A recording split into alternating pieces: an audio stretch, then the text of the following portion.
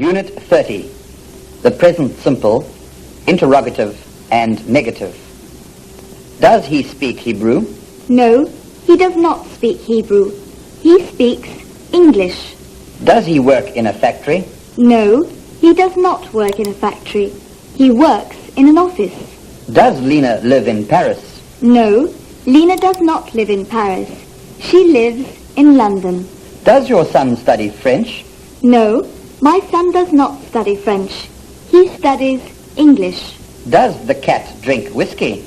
No, the cat does not drink whiskey. The cat drinks milk. Does Jim catch a bus? No, Jim does not catch a bus. He catches the 8:05 train. Does the maid mop the walls? No, the maid does not mop the walls. She mops the bathroom floor. Does the dog eat sausages? No, the dog does not eat sausages. It eats meat. Does Mr. Clark sign the letter?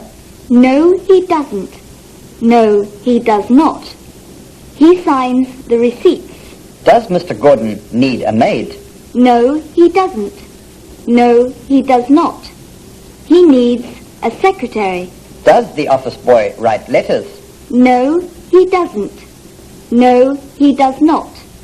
He runs errands.